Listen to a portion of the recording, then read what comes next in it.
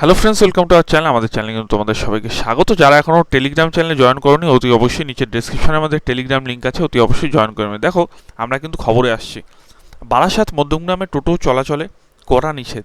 জাতীয় ও রাজ্য সড়কে যাত্রী সুরক্ষায় প্রশাসনের নতুন পদক্ষেপ ও তার প্রভাব। এক নজরে জেনে নিন নতুন নিয়ম, চালকদের বর্তমান পরিস্থিতি।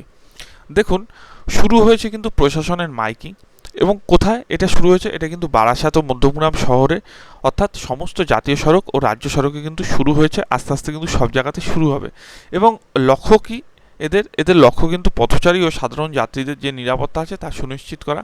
এবং মাইকিংয়ে কী বলা হচ্ছে? দেখুন, মাইকিংয়ে এটাই বলা হচ্ছে, শনিবার থেকে মাইকিং করে জানানো হয়েছে হাইওয়েতে টোটো এবং ইঞ্জিন বা ব্যাটারি চালিত ভ্যান সম্পূর্ণ নিষিদ্ধ।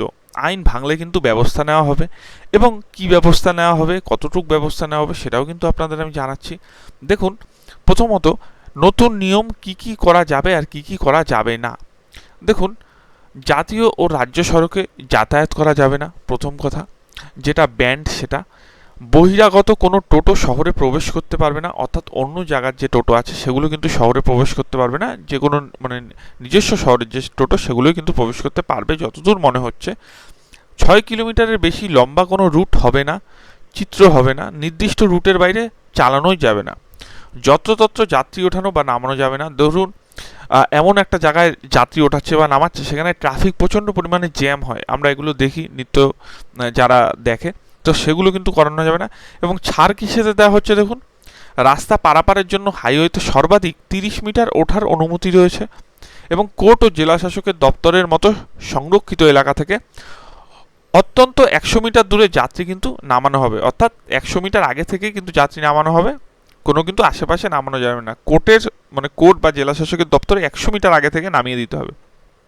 তারপর দেখুন, নিয়ম ভাঙলে নজরদারি কে করবে? প্রথমত টোটো চালকরা যেটা বলেছে, টোটো চালকরা নিজেদের গুছিয়ে নিতে 10 দিন কিন্তু সময় চেয়েছেন। এটি কে বলেছেন? এটি কিন্তু ট্রাফিক ডিএসপি নিরঞ্জন রায়, এটা কিন্তু বারাসাত থেকে বলেছেন। এবং এই 10 দিনের সময়সীমা শেষ হওয়ার পর পরিস্থিতি খতিয়ে দেখে প্রশাসন প্রয়োজনীয় কিন্তু আইনি পদক্ষেপ গ্রহণ করবে, এটা কিন্তু বলেছেন। তার সঙ্গে আরও কী কী বলেছেন দেখুন, বনগাঁয় কিন্তু নতুন বিপত্তি একটি হয়েছে, বৈধ কাগজপত্রের অভাব। দেখুন, এখানে পরিবহন দপ্তরের কড়া নির্দেশ, রাস্তায় টোটো চালাতে হলে লাগবে কিন্তু বৈধ কাগজপত্র। যাত্রী সুরক্ষার স্বার্থে কাগজপত্রহীন চালকদের ইতিমধ্যে নোটিশ পাঠানো হয়েছে। 1,500 কিন্তু বৈধ কাগজপত্র ছাড়া টোটো চালকহীন টোটো। এবং 3,500 কিন্তু বনগাঁ শহরে মোট টোটোর সংখ্যা হচ্ছে গিয়ে 3,500। এবং বৈধ কাগজপত্র একদমই নেই, ঠিক আছে, সেটা কিন্তু 1,500 টোটো প্রায় বনগাঁ শহরে চলছে, এরকমটাই কিন্তু বোঝা যাচ্ছে। নেক্সট কিন্তু আমরা যে পর্যালোচনায় আসবো, চালকদের ক্ষোভ ও বিক্ষোভ। দেখুন, প্রথম হচ্ছে গিয়ে চালক কাগজপত্রের চাপ, হঠাৎ নোটিশ পাওয়ায় বিপাকে কিন্তু প্রায় 1,500 চালক।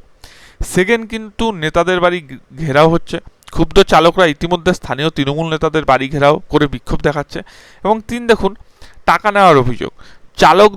চালক পরিমল দাস একটি অভিযোগ করেছেন, টোটোর দাম ছাড়াও চালানোর অনুমতির নাম থেকে তাদের কাছ থেকে 70,000 টাকা পর্যন্ত কিন্তু নেওয়া হয়েছিল। এবং ভবিষ্যতের কিন্তু তাদের একটি শঙ্কা, কি কাগজপত্রের অভাবে টোটো বন্ধ হলে পরিবার নিয়ে না খেয়ে মরার আশঙ্কা কিন্তু করছেন চালকরা।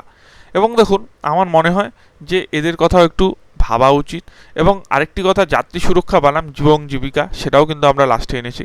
দেখুন, রাজ্য জাতীয় সড়কের দুর্ঘটনা কমিয়ে সাধারণ মানুষের নিরাপত্তা সুনিশ্চিত করা প্রশাসনের প্রাথমিক লক্ষ্য। এবং আরেকটি জায়গাও দেখা যাচ্ছে যে হাজার হাজার টোটো চালকদের রুটি ও পরিবার বেঁচে থাকার এই বাহনটির উপর কিন্তু নির্ভরশীল। প্রশাসনের সামনে কিন্তু এখন এক কঠিন চ্যালেঞ্জ। আগামী দিনেই কিন্তু বোঝা যাবে প্রশাসন কিভাবে এই দুইয়ের মধ্যে সঠিক ভারসাম্য বজায় রাখবে। তো এটা তো আমাদের লাস্ট অবধি দেখতেই হবে, এবং সবার কথাই আশা করি প্রশাসন ঠিকঠাকভাবে ভাববে। অবশ্যই আপনারা কমেন্ট করে জানাবেন যে আপনাদের টোটো আছে নাকি, বা আপনারা এই জীবিকার উপর নির্ভর নাকি। ভিডিওটি কেমন লাগলো জানাবেন, ভালো লাগলে চ্যানেলটি সাবস্ক্রাইব